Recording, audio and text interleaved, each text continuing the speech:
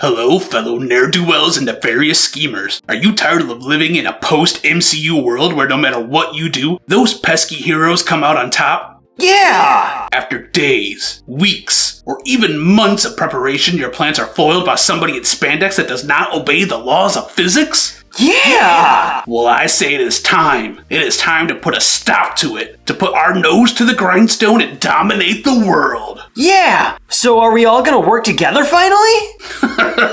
No. Oh god, no, you noob. We're going to fight against each other and see who wins. Hi guys! Welcome to Turn 1 with Guys of the Beholder. Today we're going to teach you everything you need to know for your first turn of Marvel Villainous. Setup. The game should come with 5 villain movers, 5 villain decks, each containing 30 cards, 6 fate decks, 1 common fate deck with 15 cards, and 5 villain fate decks with 11 cards each, 12 specialty tiles, 5 villain guides, 5 villain domains, 5 reference cards, 1 vault, 40 power tokens, 20 strength tokens, 15 soul mark tokens. Have everyone pick which villain they will play. They can choose Thanos, Hela, Taskmaster, Killmonger, or Ultron. Each villain has the same basic setup with a few variations, which are explained in each villain's handy-dandy villain guide. Listen, we make a lot of jokes about how important reading is here on this show, but this one is for real for real. You must read this villain guide for specific rules and tips and tricks on how to play each villain. Right now, we're going to teach you how to set up Hela. Place your villain domain in front of you. Then place your villain mover on the portrait section of your villain domain. Then shuffle your villain deck and place them to the left of your domain. Be sure to leave room below that for a discard pile. Then take all the villain fate decks and the common fate deck and shuffle them together to create a single fate deck. Place this so everyone can reach it, and remember to leave space beside it for a fate discard pile.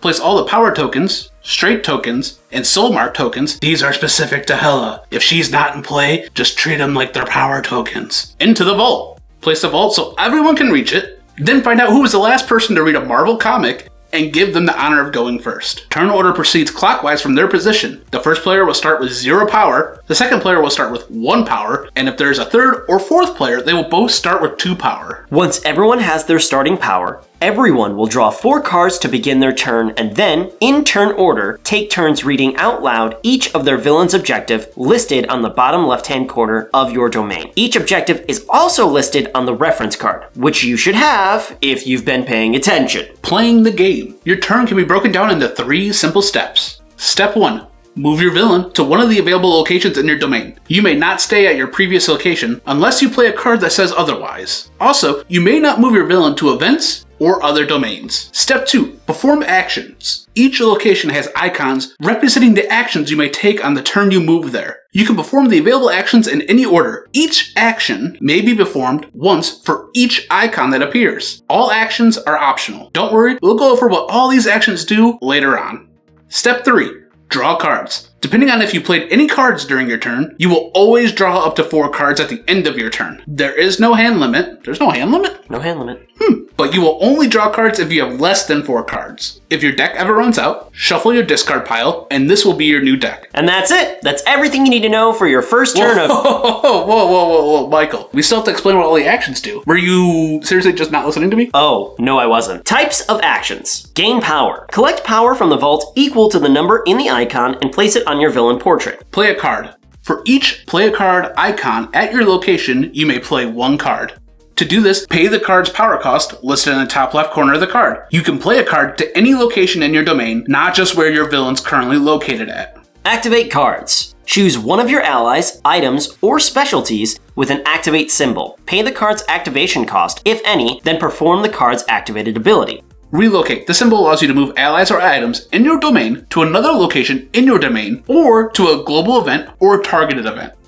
Vanquish. Defeat one character, a hero, or an ally at any location in your domain by using one or more of your allies in the same location. Each character has a strength in the lower left-hand corner. Strength can be modified by other cards in play, and you would show that by using these strength tokens we talked about before. Your allies must have strength equal to or greater than the strength of the character you choose to vanquish. After using this action, all the allies you use to complete the vanquish action and the character you are vanquishing are discarded. Fate. So let's say you're having a good time fulfilling your evil scheme, but Thanos over here is collecting Infinity Stones faster than Quicksilver running to save... Ooh. Well, that's when you fate that purple daddy. Fate actions can disrupt your opponent's progress. Reveal one card from the top of the Fate deck, then choose which player to target. You may not choose to use a Fate action to play cards into your own domain. If you draw a Fate card and cannot play it for whatever reason, discard it with no effect. I guess Fate just wasn't in the cards. Discard cards.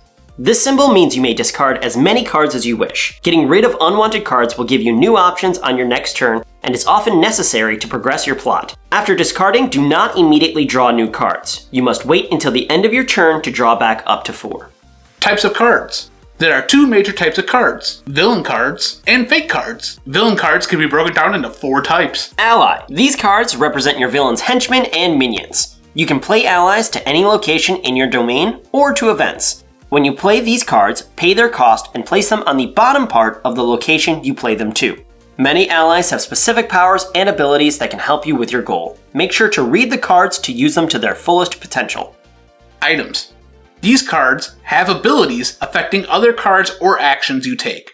Play these cards like any other card to your location in your domain. If the item says attached to an ally, you must attach it to an ally you have in play. If an ally with the attached item is defeated, then all attached items are discarded with them. Effect.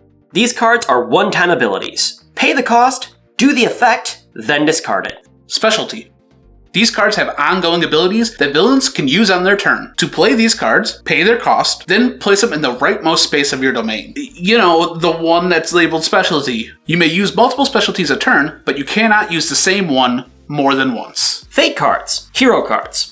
These represent heroes trying to stop villains from accomplishing their sinister plans. Play heroes on the top portion of the targeted villain's domain, covering up actions at that location. These actions are blocked until they are defeated. If you defeat them during your turn, these actions immediately become available. Multiple heroes can be at the same location, and each hero requires a Vanquish action to be defeated. If a hero has the Protector symbol, they must be defeated first before any other heroes at this location. Some cards have certain conditions that need to be met before they can be played. If you cannot play the Fate card, then discard it. Events. These cards are situations with far-reaching consequences, which inflict powerful and negative penalties on villains while in play. Events are ongoing and each player must deal with them on their turn until the event is resolved. Global events are immediately played to the center of the playing area, unless a global event is already in play. If a global event is in play and you draw another, discard the new global event. Each event has a strength requirement. Villains must play or relocate allies to the global event until the strength requirement is equal to the total strength of all the allies at the event. Then, the global event is immediately resolved. Every villain that has an ally at the event receives a reward for helping to resolve it. And then, all allies at the event are discarded. Targeted events. Targeted events work the same as global events, except they can only be played against a targeted villain. This is indicated by the villain icon on the bottom right-hand corner. These are personal vendettas that only you can deal with. If you draw your own villain's target event, immediately discard it. I mean, that's what I do. Whenever I have problems, I just ignore it. Yeah, same. That's future Michael's problem. That's what I always say. It's future Michael's problem. What?